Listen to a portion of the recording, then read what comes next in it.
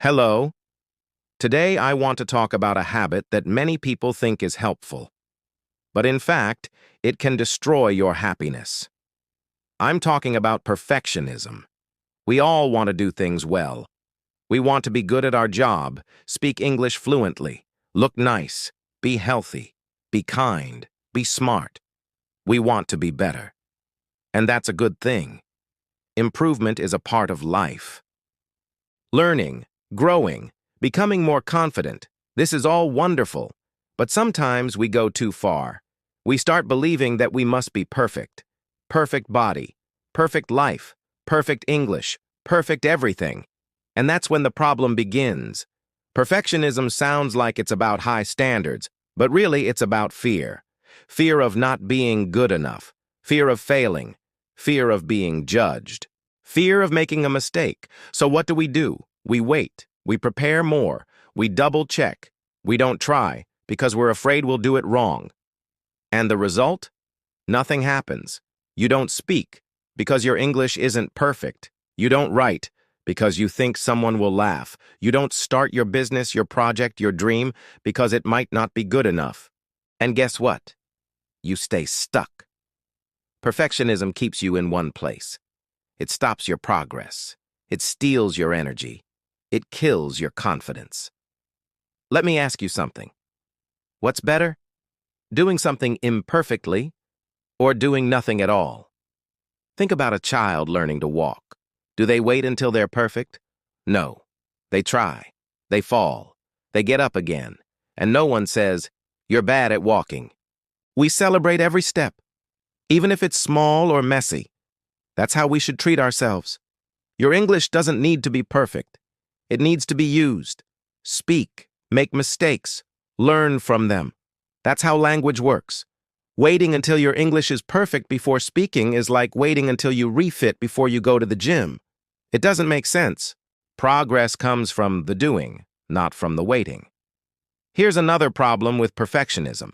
It never ends, because perfection is an illusion. There's always something more to fix, improve, change. You'll never feel done. You'll always feel behind. And that's exhausting. So what's the solution? Let go of perfect.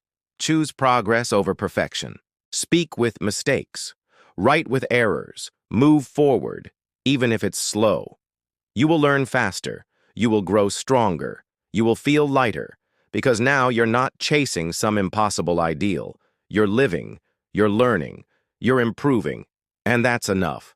Also, perfectionism can kill creativity.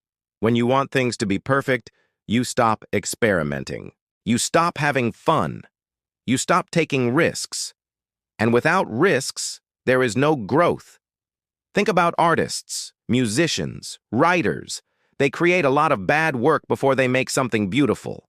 And that's okay. It's part of the process. So be kind to yourself. Be patient. Remember, you're human.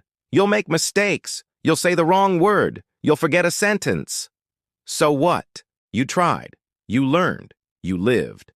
And that's something to be proud of. Let me share a simple idea that can help. It's called the 80% rule.